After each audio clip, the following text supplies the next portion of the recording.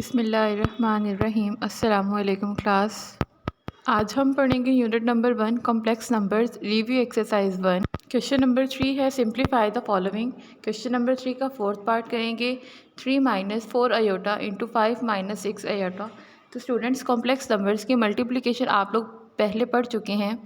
सबसे पहले हम फर्स्ट एलिमेंट को लेंगे और नेक्स्ट पूरी ब्रैकेट में जितने भी एलिमेंट्स हैं सबसे मल्टीप्लाई करवाएंगे। जैसे हमारे पास फर्स्ट नंबर है 3 को हम मल्टीप्लाई करवाएंगे 5 माइनस 6 अयोटा से। सिमिलरली माइनस 4 अयोटा को मल्टीप्लाई करवाएंगे 5 माइनस 6 अयोटा से। तो सबसे पहले 3 मल्टीप्लाई होगा 5 से, 3 into 5 15, plus into minus minus आ जाएगा। 3 जब 6 अयोटा से मल्टीप्लाई होगा तो माइनस 18 अयोटा आ जाएगा। माइनस 4 अयोटा को हम 5 से मल्टीप्लाई करवाएंगे तो माइनस 20 अयोटा आ गया। Minus into minus plus 4 into 6 24 iota into iota iota का स्क्वायर।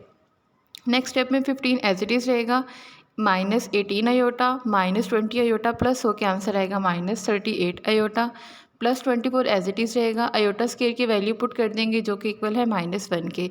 तो 15 minus 38 iota as it is रहेगा, plus 24 into -1 is equal to -24। अब 15 और -24 आपस में सॉल्व होंगे तो आंसर आएगा -9 और -38 अयोटा एज इट इज़ रहेगा। नेक्स्ट है question number 5। If Z1 is equal to 3 plus 4 iota and Z2 is equal to 2 plus 3 iota then verify that. Students आपको Z1 और Z2 की वैल्यूज़ दी गई हैं और डिफरेंट प्रॉपर्टीज़ के बारे में आपसे पूछा जा रहा है और आपसे कहा जा रहा है कि इसको वेरीफाई करें। तो हम इस क्वेश्चन का थर्ड पार्ट करेंगे। Z1 over Z2 whole conjugate is equal to Z1 conjugate divided by Z2 conjugate. तो स्टूडेंट्स इसके लिए हमें कॉम्प्लेक्स नंबर्स की डिवीजन के बारे में भी पता होना चाहिए और कॉन्जुगेट कैसे फाइंड करते हैं ये भी पता होना चाहिए। तो हम इस क्वेश्चन में लेफ्ट हैंड साइड से स्टार्ट करेंगे। लेफ्ट हैंड साइड इक्वल है Z1 over Z2 whole conjugate. तो सबसे पहले हम Z1 और Z2 की वैल्यूज़ पुट कर लेंगे। तो 3 plus 4 iota divided by 2 plus 3 iota. अब डिनोमिनेटर में अयोटा की वैल्यूज़ आ रही हैं तो हमें इसको रेशनलाइज करना पड़ेगा। रेशनलाइज करने के लिए डिनोमिनेटर का साइन चेंज करके मल्टीप्लाई और डिवाइड करवा देते हैं। तो 3 plus 4 iota divided by 2 plus 3 iota multiply by 2 minus 3 iota divided by 2 minus 3 iota. 3 plus 4 iota into 2 minus 3 iota divided by 2 minus 3 iota into 2 minus 3 iota.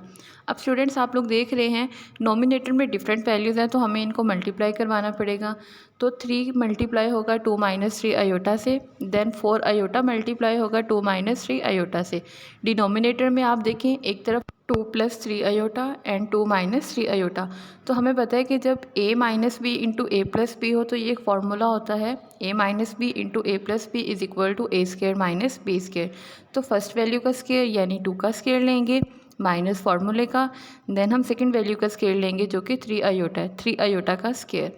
तो students next step में 3 multiply होगा 2 से तो answer आएगा 6, then 3 multiply होगा 3 aorta से तो answer आएगा -9 अयोटा, देन 4 अयोटा मल्टीप्लाई होगा 2 से तो आंसर आएगा 8 अयोटा, देन 4 अयोटा मल्टीप्लाई होगा 3 अयोटा से तो आंसर आएगा 12 अयोटा का स्केयर। अब डिनोमिनेटर में हम 2 का स्केयर लेंगे जो कि इक्वल है 4 के minus as it is 3 iota का स्केयर लिया तो आंसर आएगा 9 iota square. Next 6 as it is रहेगा, -9 iota plus 8 iota is equal to -1 iota, -12 as it is रहेगा। अयोटा स्केयर की वैल्यू पुट करेंगे जो कि इक्वल है -1 के। देन डिनोमिनेटर में 4 -9 एज इट इज़ रहेंगे। अयोटा स्केयर की वैल्यू पुट कर देंगे -1। तो स्टूडेंट्स अब देखें 6 minus iota -12 into -1 is equal to +12 और डिनोमिनेटर में 4 एज इट इज़ रहेगा, -9 इंटू -1 इज इक्वल टू +9। तो स्टूडेंट्स यहाँ से देखिए 6 + 12 इक्वल है 18 के, minus iota as it is आ जाएगा और 4 + 9 इक्वल हो जाएगा 13 के। तो हमारे पास आंसर आ रहा है 18/13 -1/13 अयोटा।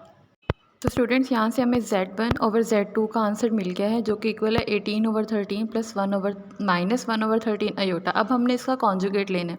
कॉन्जुगेट लेने के लिए जो इमेजिनरी पार्ट होता है उसका साइन चेंज कर देते हैं। ऑलरेडी माइनस है तो अब ये साइन चेंज होकर प्लस हो जाएगा। तो इसका ओवरऑल आंसर आ रहा है 18/13 प्लस 1/13 अयोटा।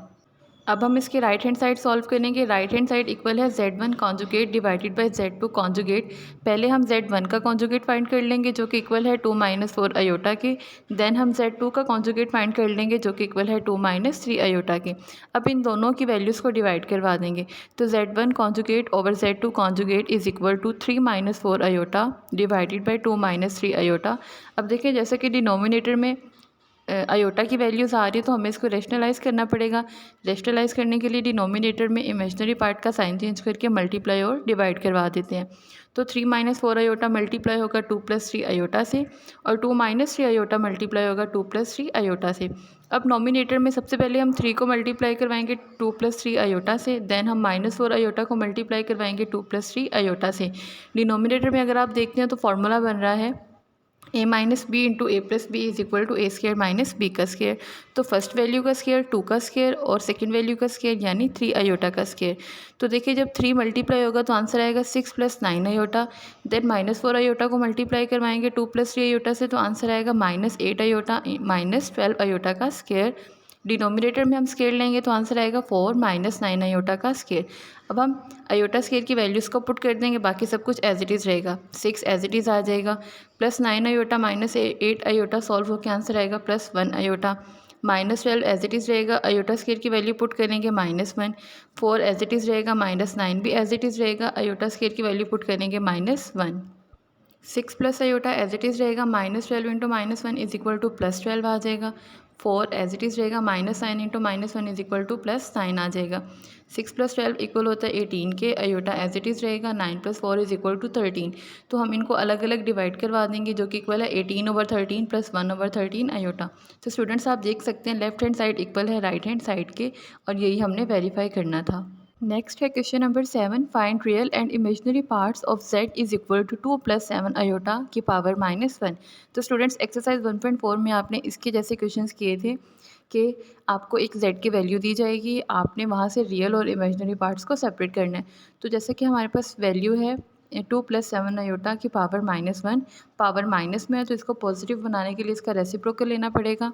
तो z is equal to 1/2 + 7 iota आ जाएगा। अब देखिए डिनोमिनेटर में अगेन अयोटा वाली वैल्यूज़ आ रही हैं तो हमें इसको रैशनलाइज़ करना पड़ता है। 1/2 + 7 iota into 2 - 7 iota divided by 2 - 7 iota. सबसे पहले 1 मल्टीप्लाई होगा 2 - 7 अयोटा से। देन डिनोमिनेटर में 2 + 7 अयोटा मल्टीप्लाई होगा 2 - 7 अयोटा से। तो स्टूडेंट्स देखिए 1 से मल्टीप्लाई होकर आंसर तो सेम रहेगा 2 - 7 अयोटा। डिनोमिनेटर में अगर हम देखते हैं तो ये a + b into a - b का फॉर्मूला बन रहा है जो कि इक्वल होता है a square minus b square के। तो 2 - 7 अयोटा एज इट इज़ रहेगा, 2 का स्केयर लेंगे 4 - 7 अयोटा का स्केयर लेंगे तो -49 अयोटा का स्केयर बन जाएगा।